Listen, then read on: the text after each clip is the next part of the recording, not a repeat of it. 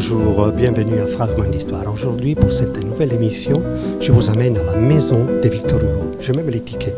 Dans cette maison que Victor Hugo a partagée avec celle à Guernesey, on pourra visiter une expo extraordinaire. Plus de 80 costumes qui arrivent directement d'Espagne.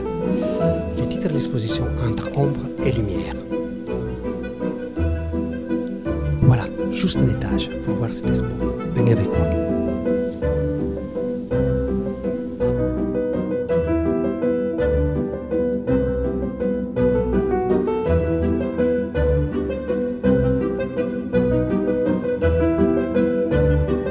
Nous sommes ici dans la maison de Victor Hugo, c'est la maison de laquelle il a vécu, place des Vosges, de 1832 à 1848, qui évoque donc sa vie selon trois aspects de sa vie, avant, pendant et après l'exil.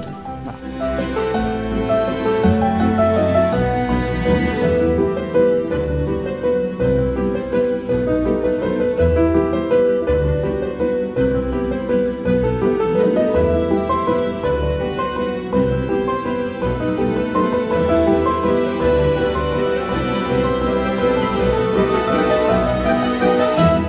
Nous accueillons aujourd'hui une exposition sur les costumes traditionnels espagnols. D'abord, c'est la musée Galliera qui nous l'a proposé, mais aussi parce qu'il y a un lien avec Hugo.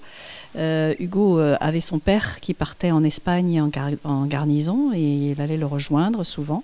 Donc l'Espagne, c'est un pays pour lui important qui correspond à son enfance et lui rappelle beaucoup de choses d'enfance et aussi, malheureusement, aussi de terreur parce que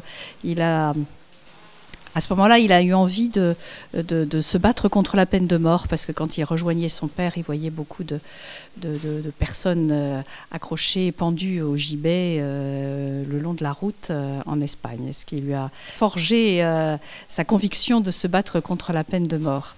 Et puis, dernier petit détail aussi, quand il est venu visiter cette maison, il a tout de suite dit c'est celle-ci que je veux parce que le sol lui avait rappelé les cabochons de la maison de son père.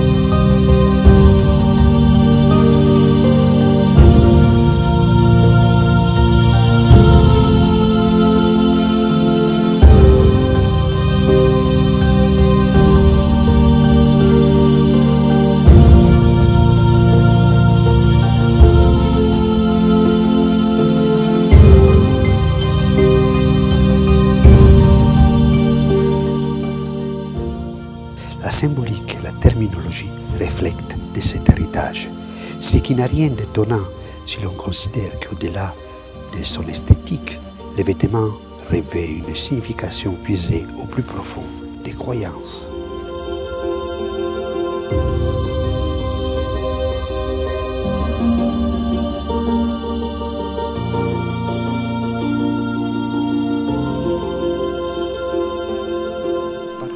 Donc nous accueillons ici une exposition intégralement, dont les deux costumes sont prêtés intégralement par le musée Traoré de Madrid et qui présente de sublimes, pendant 3 pièces, sur 3 pièces, on présente une très belle collection qui n'a jamais été présenté et qui est sorti exceptionnellement des réserves de Madrid, donc sur les costumes traditionnels qui sont replacés dans leur contexte de situation géographique. Donc chaque province est présentée avec leurs accessoires aussi. Derrière moi, il y a une robe de mariée où on voit l'habillage successif de la mariée avec ses nombreux jupons qui viennent les uns se superposer aux autres. Et puis surtout aussi au mur, là, une partie de la très belle collection de photos d'Echagüe qui est un témoignage très important pour les costumes traditionnels à l'époque. Ingénieur de formation, sa grande passion fut la photographie. Du Maroc espagnol aux provinces de son pays natal, il sut saisir les paysages, les monuments, les habitants et leurs rituels avec acuité et bienveillance, restituant avec force leur beauté.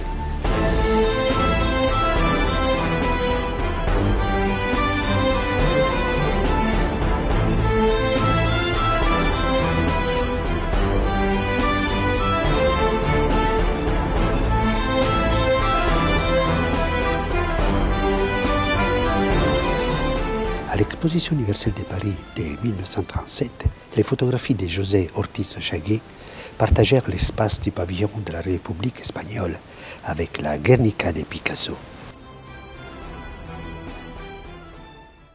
Les photos d'Echagüe ont été assez connues par les stylistes et par la mode, enfin les gens de mode, et ont servi beaucoup d'inspiration.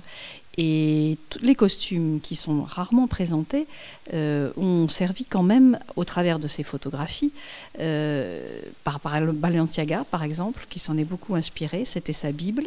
Voilà. Et récemment, Christian Lacroix, qui est venu au vernissage, c'est son univers aussi, et il a été absolument emballé parce que voilà, il a eu l'impression de n'avoir rien inventé, parce que c'était un peu c'est ce qu'il voulait faire. Donc ça a été, en tout cas parmi la mode espagnole et les couturiers de haute couture espagnole, ça a été un grand sujet d'inspiration pour leur propre création.